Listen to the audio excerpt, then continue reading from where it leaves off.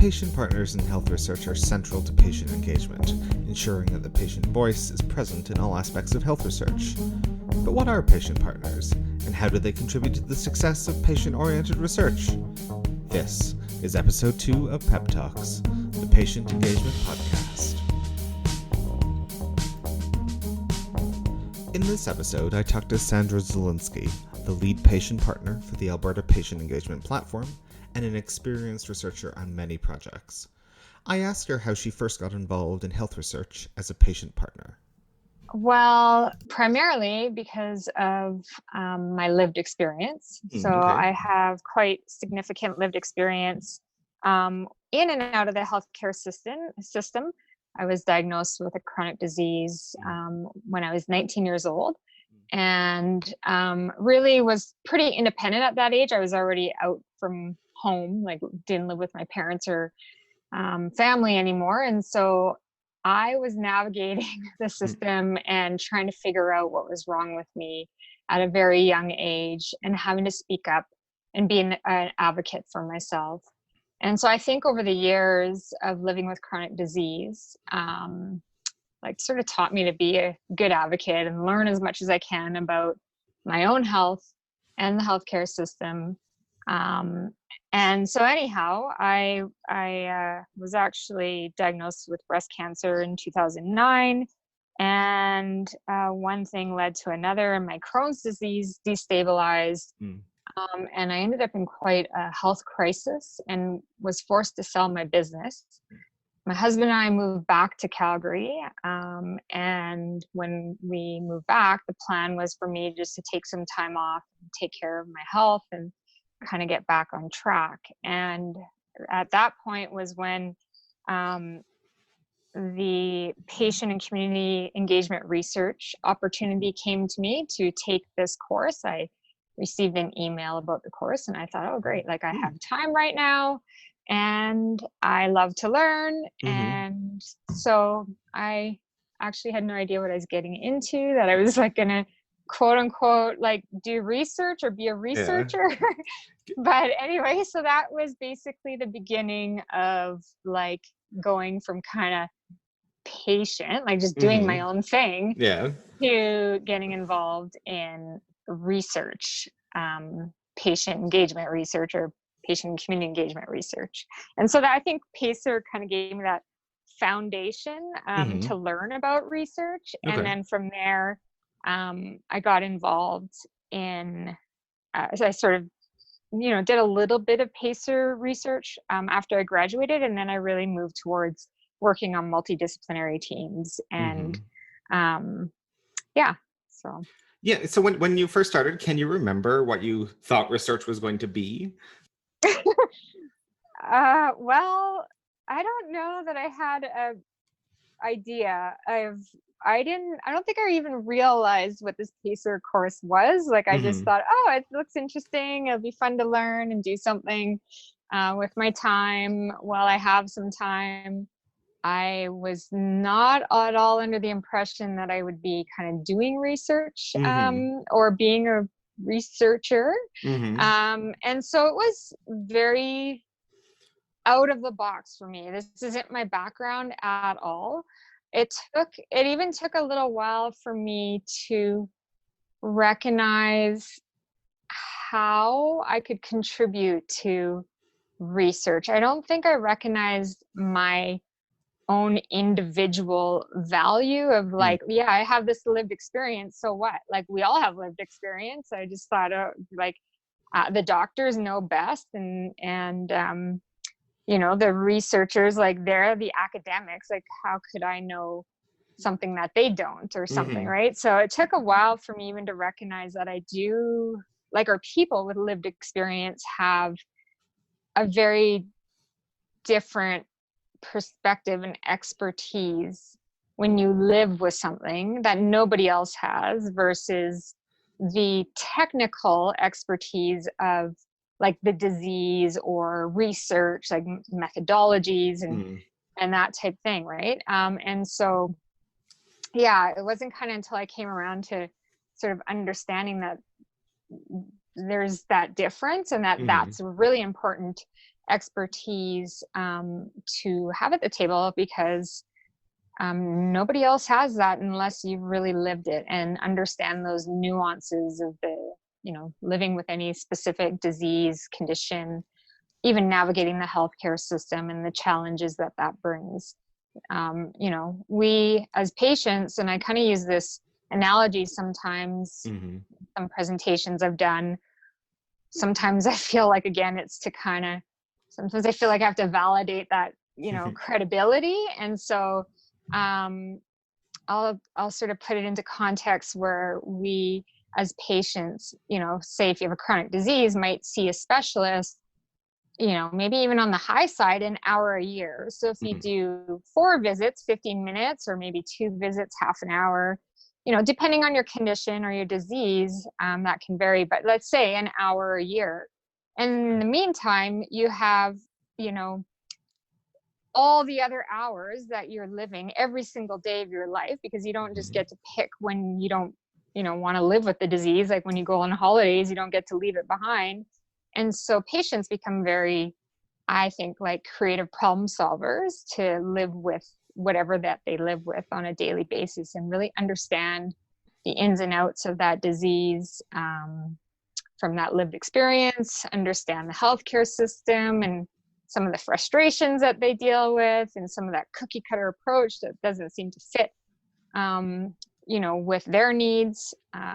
So yeah, I just think that I think once I added up the total number of hours in lived experience to validate, it was like something like, I don't know, 230,000 hours I've lived with, Crohn's disease specifically, and then add the breast cancer on top.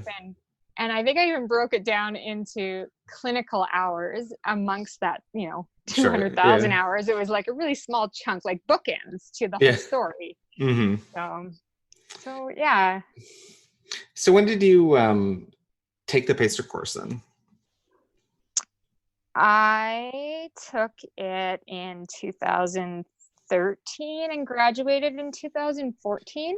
Okay. I was the second cohort to go through the PACER program. Yes. So you've been doing this now for 5 or 6 years. Do you want to tell me maybe about a recent project that you've been involved in as a patient partner? Like what was the project about, and what was your role in it?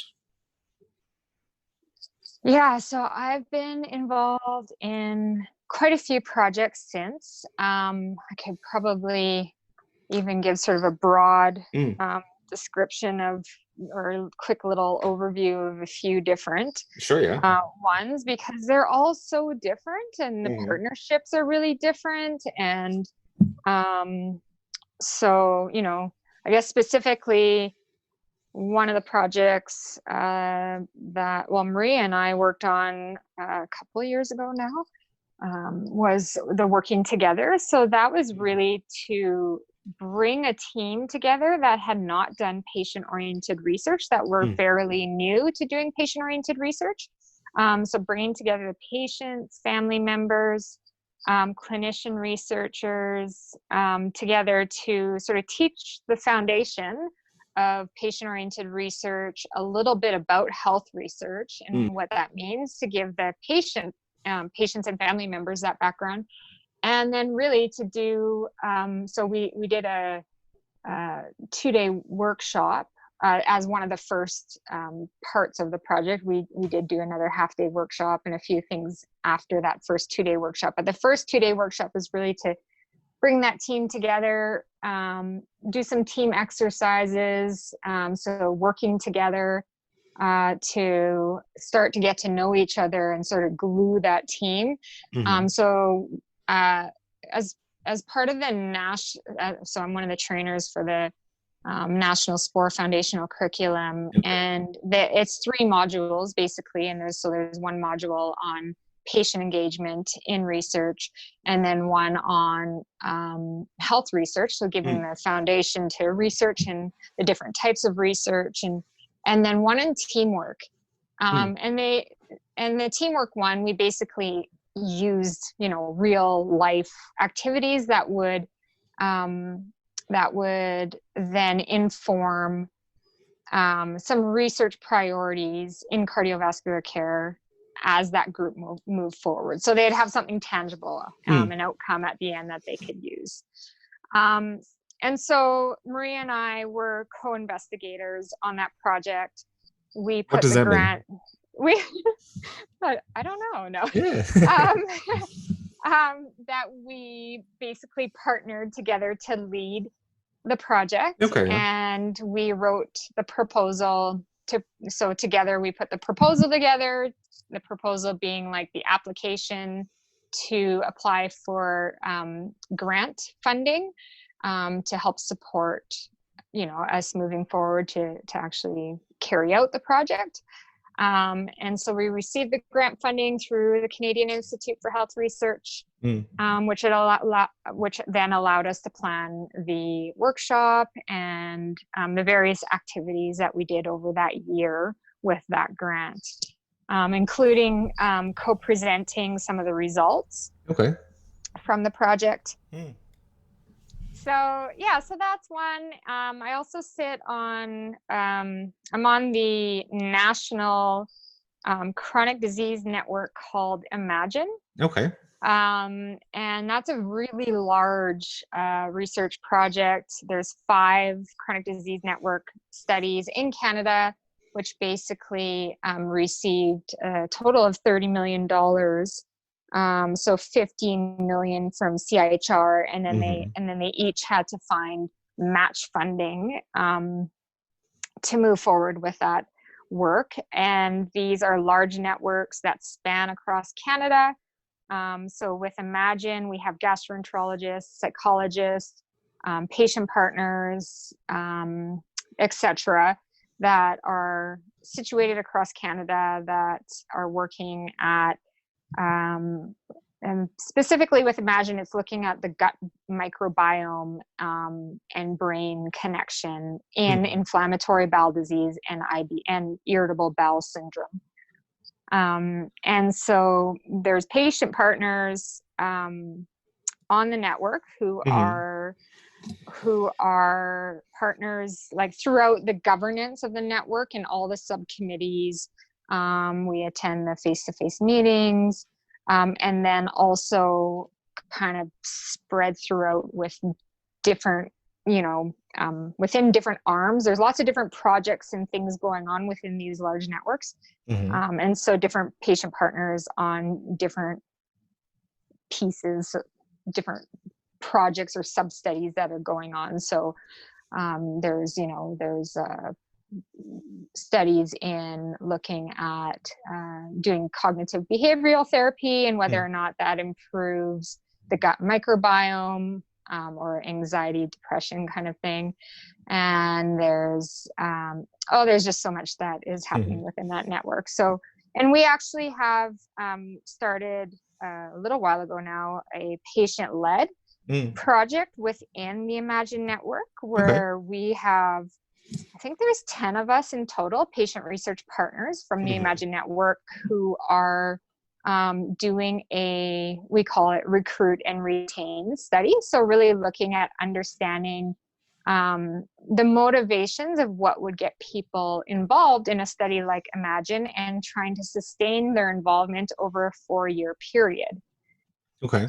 And because the reason behind that is because Imagine, being a large project, is recruiting 8,000 people. So 2,000 Crohn's disease, 2,000 ulcerative colitis, 2,000 irritable bowel syndrome, and 2,000 healthy controls. And that's a lot of people. And so just looking at how we can increase recruitment and what would motivate the general population or IBD patients or IBS patients to get involved over a 4-year period. And so this has been led by the patient partners. We did some training, and then we've conducted some narrative interviews.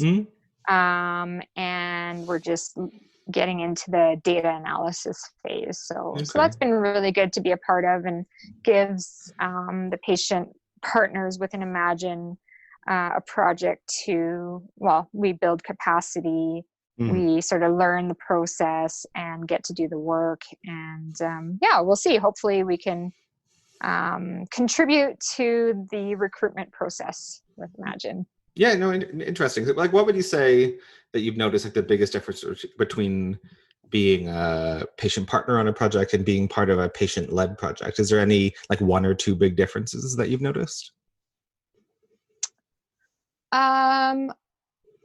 Yeah, well, I think the patient partner, I mean, is working amongst a multidisciplinary team with lots of various expertise. And so you're, balancing that out and trying to maybe find your role and that involvement. So I would say that, like, if we're looking at the International Association for Public Participation, in spectrum of engagement, that perhaps a lot of the partnering in research is probably, well, not all of it. I mean, there is layered, but I guess my experience is more kind of on that collaboration.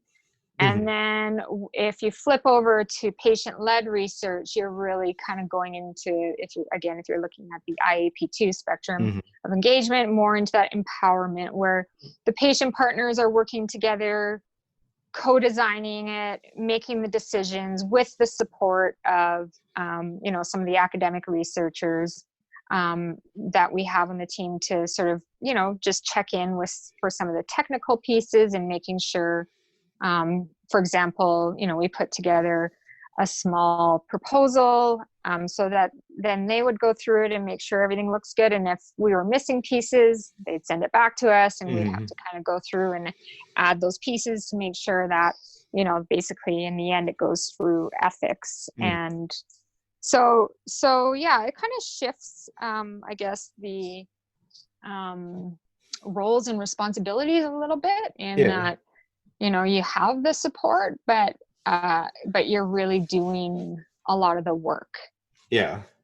And you're connecting with, with the peers. And so it's really having that discussion amongst peers of like, okay, so for example, with the Imagine project and doing it was semi-structured interviews and sort of putting together the interview guide, deciding on the wording for questions and what kind of questions do we want to ask, and really talking about it from all of our perspectives of, okay, what would motivate us? Like, what kind of questions do we think we need to ask people, and make sure we get this wording right. And so, yeah, it's a different vibe, I would say, than when working together, and not one being better than the other. Oh, for sure. Yeah.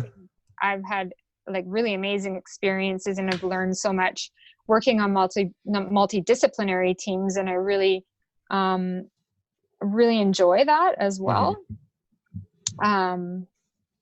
But yeah, it's just different. Yeah. No. So, I mean, like, you're clearly very passionate about all of this. Like, what would you say, like, excites you most about patient-oriented research? Well, I think specifically is bringing that collective patient, family, community voice, perspective, and expertise to research or healthcare. I mean, it's anything within healthcare. I just feel like, in my mind, it makes so much sense. Maybe not in other people's minds, but I think when you live with something and you have an understanding about it, and you care about your own healthcare, and your own health, and it just makes so much sense to have that perspective at the table amongst, with the other different perspectives and expertise. It just really helps to, I think, in the end, enrich the research, make results more relevant to the end user, and hopefully also, like, I want my healthcare professionals to also be happy, which is why we have the multidisciplinary team, because those perspectives are really important. I don't want it just to be about me and what I want or what patients want. I think it's a balance of, like, what's best for the healthcare professional and the patients within this, system. And so sometimes I use an analogy of finances, because because in doing this work, I've encountered a lot of people who are also resistant to it and don't get it. And they're like, why do we need to involve, or why should we involve patients as partners? And so, and then in my head, I'm like, what? Like, why wouldn't we involve patients as partners? They bring a really important perspective. And so I sometimes think of it like, when I'm trying to get people to kind of understand it, I think, okay, health is very important in people's life. Like, we want autonomy over, our body and, and what's going on, and we want to understand what's going on. We're the ones living in it. And so another area in our lives that's really important to people generally is finances, is money. And we don't walk into the bank usually and say, well, you're the expert, so I'll just hand over all of this, like all my assets. Don't explain anything to me. Just you do what you think's best for me. So if you think I need a condo or a house, or not buy any, just buy it for me. You make all the decisions. I'll be a passive recipient of your suggestions and your expertise, and I'll just go along for the ride because you know best. I mean, who does that, right? Not too many people are gonna sort of just hand it over and not want to say in their finances. And so to me, this is how I feel like with health, where people want to understand and, get as much information as they can, which is why they go online and all the other things, and all in good intention. Is, I think of it as a good thing. When people are searching online, it's because they care. If they don't want information and, and maybe are resisting it, then they're not going to be searching for it, and they're just going to carry on and pretend like nothing is going on, possibly. So I think it just makes so much sense to involve people with lived experience as an equal partner in research and healthcare initiatives and various things, because they bring in important perspective and expertise, and they have a invested interest in what goes on, especially when you have significant lived experience and you had various challenges. You really want to see things be good for others. No, for sure. So earlier you mentioned some of your work as a trainer for the National Strategy for Patient-Oriented Research curriculum.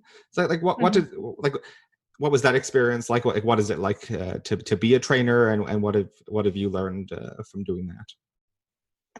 Yeah, so there was 25 of us that went to Ottawa. This is a few years back now, kind of when SPORE really first started as an initiative. And so obviously things have also evolved since then. So the curriculum was basically to provide a foundation to patient-oriented research. And the idea behind it is to bring together multidisciplinary teams. So it's meant to be taught to a group of researchers, clinicians, patients, families, all together, not like in separate silos. And really to kind of be that springboard to move forward, to work together and do patient-oriented research. So it was a week-long course. The 25 people who attended were either from each provincial SPORE support unit and or the 5 chronic disease networks.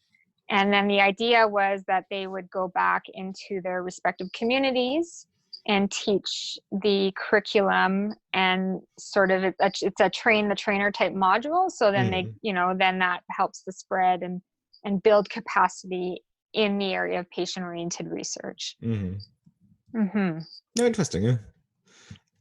So far, I think everything has sounded amazing and wonderful. But just even in your experience and maybe what you've observed, what barriers do patient partners still face in participating in research, and maybe what do you think researchers or like the universities themselves as institutions could do to help sort of knock down some of these barriers?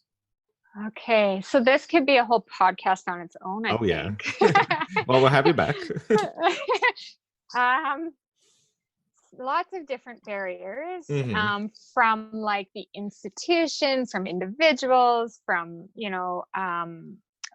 from patient partners, like their own needs of getting Mm-hmm. involved. So from that perspective as well. So maybe I'll start by talking about a couple from like the institutional Sure. kind of Perfect. perspective. So one barrier when applying for grant funding is that the Canadian Institute for Health Research, maybe I should like whisper, um, has An called, unnamed health research funder. yeah, our major Canadian one, whatever their name is, Yeah. has what's called a common CCV. Okay. And it's basically kind of a resume that is required for academic researchers to have within their common CCV website. And that you have to attach that to a funding opportunity. When you send in your proposal, the applicants have to have their CCV attached to their application. And and so this, as patient partners started getting involved in doing quote unquote patient-oriented research, and if we're sort of following what some of the guiding principles are from the strategy for patient-oriented research, that is to involve patients from the beginning, from upfront, so designing the proposal and then the application. So being a co-investigator, co-applicant, or a knowledge user on the application, which then meant that if that person's being identified as a co-investigator or co-applicant, that they had to have a common CCV.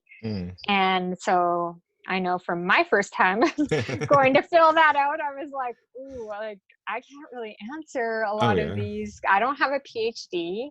I do not have a background in academic research, and a lot of the questions are really geared towards academia.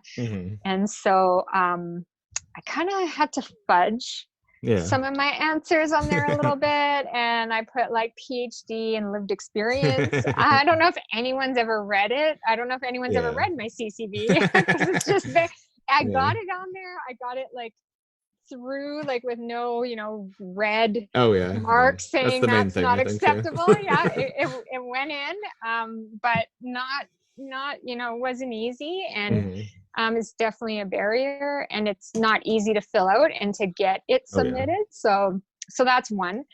Another one is just having access to like published literature and like a library card, for example, from the university. If you are involved in potentially doing like a scoping review or a systematic review and have some kind of role in the team where they're like, okay, we're going to get you involved in this. Well, you need a university library card in order to access published literature. It's not just online anywhere, unless you want to put your whole year's salary into buying all the published articles. Never buy them. No. So that's another barrier, like from the institution. I think at first too, even applying for proposals and trying to explain the difference of a participant or a subject versus a patient partner in a proposal. And so at first, and now that's evolved where ethics is getting used to seeing patients as partners, like co-investigators or co-applicants, and not as participants, and like, trying to really define that language and explain what's happening here. And ethics having to evolve and adjust to say, okay, I guess, we can have patients as partners in research. This is a different role that we're looking at. And so we don't have to like hide their identity and things like that, right? Mm-hmm. And there's the technical aspect of like language and just sort of getting through some of the, this has been said so many times, like acronyms and making sure we're just on the same page of understanding what we're working on and doing and that type of thing. Mm-hmm. So, and then I think from like an individual level, like from say the patient partner, there's many different barriers that people face. And I think that's important to have a discussion with each individual or community that you're working with to ensure that you can do, that you're supporting them so that they can be involved in the research. And so those are things like compensation. They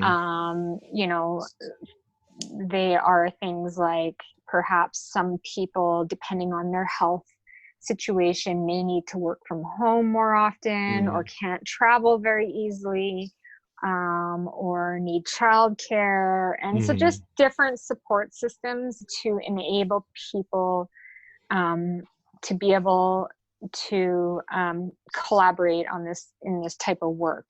And without those support systems, we will not be able to, I think, have like diversity and different like age groups and ethnocultural backgrounds. And so in order to meet various people's needs, we need to be creative and understand what those needs are and then try to support them. Yeah, okay. So one last question. Imagine I was a person interested in becoming a patient research partner for the first time. Like, what advice would you give me?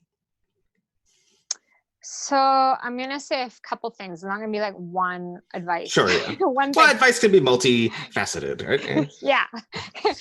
Okay. So number one is to understand that the lived experience is an important expertise, and there's value in that. I think it can be really hard for people at first to when they're thrown into a group of academics and professionals to see themselves in that group and what they bring to the group.